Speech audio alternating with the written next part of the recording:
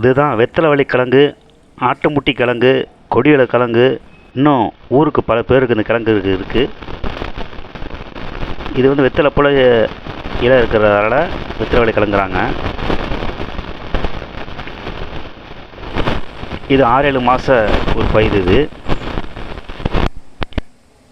இதோடைய விதை கிழங்கு இது தான். இப்படி மண்ணில் போட்டோம்னா ஒரு 4-5 நாளில் முளை விட்டு, இது போல் முளை விட்டு நல்லா துளிர் விட்டு இது போல் கொடி போல் வளர்ந்து வரும். மரத்துலேயோ செடியிலையோ ஏற்றி பந்தலில் ஏற்றி விட்டோம்னா இது போல் படர்ந்து வரும். இல்லை தரையிலையும் வளரக்கூடியது தான் இந்த கிழங்கு வகை கொடி. இந்த கிழங்குடைய அறுவடை காலம் 6-7 மாதத்தில் நம்ம அறுவடை பண்ணிடலாம். கனவு கொத்து கொத்தாக அதிகமாக காய்க்க ஆரம்பிச்சிடும்.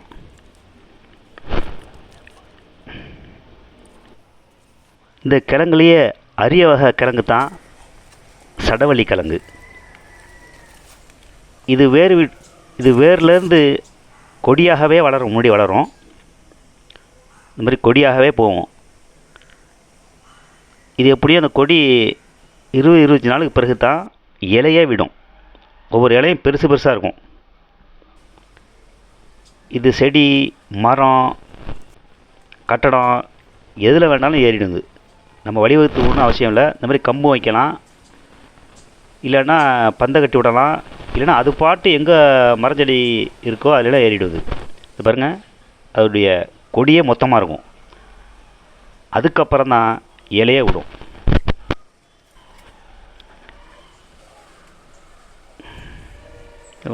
எதில் வேணாலும் இது படரக்கூடிய ஒரு அரிய வகை கிழங்கு கொடி தான் இது.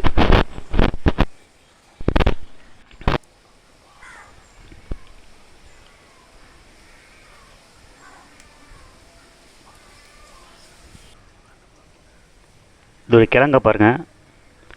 அந்த கிழங்குல வேறு விட்டே முளைக்கும். இது சடையாக நீட்டிடாமல் வளரக்கூடியது. ஒவ்வொரு கிழங்கும் 1 முழம் 1.5 முழத்துக்கு வளரக்கூடியது. சப்போட்டான மண் இருந்தாக்கா இன்னும் பெருசாகாமல் மொத்தமாக வளரக்கூடிய கிழங்கு தான் இந்த சடவள்ளி கிழங்கு. எப்படிப்பட்ட இடத்துலையும் வளரக்கூடியது தான் இந்த கிழங்கு. பாருங்கள், அந்த வெள்ளை இருக்க வரைக்கும் கிழங்கு வளர்ந்து கொண்டே வரும். எப்படி இருக்கு பார்த்தீங்கன்னா இல்லையா, அதில் வேறு விட்டே இருக்கும். அது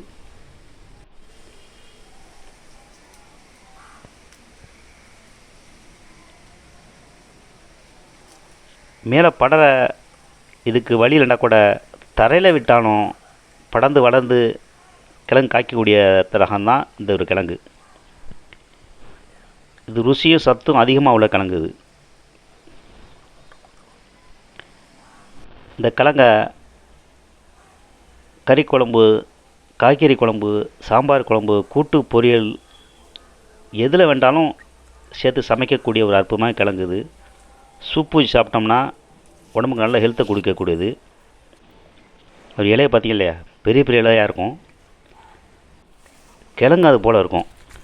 மேலே படரவே இடம் இல்லைனாலும் மண்ணில் விட்டாலும் இது போல விஷயம் ஒவ்வொரு கணு கிழங்கு விட்டு மண்ணுக்குள்ளே போய் பெருசாக வளரக்கூடியது தான் இந்த அற்புதமான கிழங்கு. களிமண், கட்டாந்துறை இது போல வந்து அதிகமாக வளராது. கிழங்கு பெருக்காது. மணல் சரியான பொது உள்ள மணலில் உள்ளே போய்கிட்டே இருக்கும். இதுவும் 1 முழம் 1.5 முழத்துக்கு தடித்து பெருத்து வளரக்கூடிய கிழங்கு தான் அந்த கிழங்கு. பாருங்கள், அது பாட்டு கிழங்கு உள்ளே போய்கிட்டே இருக்கும். எப்படி போய் பாருங்கள், மண் உள்ளே போய்கிட்டே இருக்கும் கிழங்கு. இது பார்த்தீங்களா, எப்படி பார்த்தீங்களா, மண் உள்ளே போய்கிட்டே இருக்கும். கனவுக்கு கிழங்கு விடுவது. இது ரொம்ப அதிகமாக காய்க்கக்கூடிய ஒரு ரகம். அது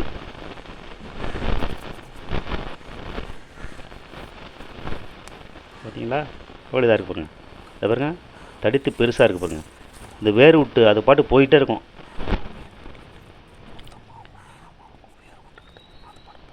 இதோடைய கிழங்கு அறுவடை முடிஞ்ச பிறகும் அந்த வேர் தளத்தில் நோண்டினோம்னாக்கா தடித்து பெருத்து எப்படி ஒரு 6-7 கிலோ 8 கிலோ வரைக்கும் பெருக்கக்கூடிய ஒரு அற்புதமான கிழங்கு தான் இந்த சடவள்ளி கிழங்கு. பாருங்கள், பூமியில் போய்கிட்டே இருக்கும்.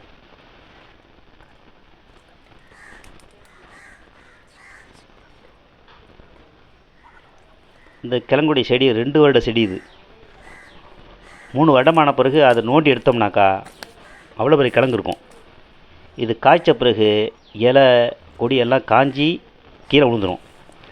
அதுக்கப்புறம் அந்த வேர் உள்ள இடத்துல தோண்டி எடுத்தோம்னாக்கா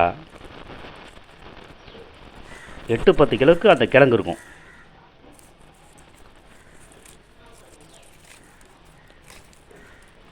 ரெண்டு வருடம் 3 வருடம் போக போக கிழங்கு பெருத்துக்கிட்டே வருது. ஒரு அற்புதமான கிழங்கு தான் இந்த சடவள்ளி கிழங்கு. அதை தான் நம்ம பார்த்து கொண்டு இருக்கோம்.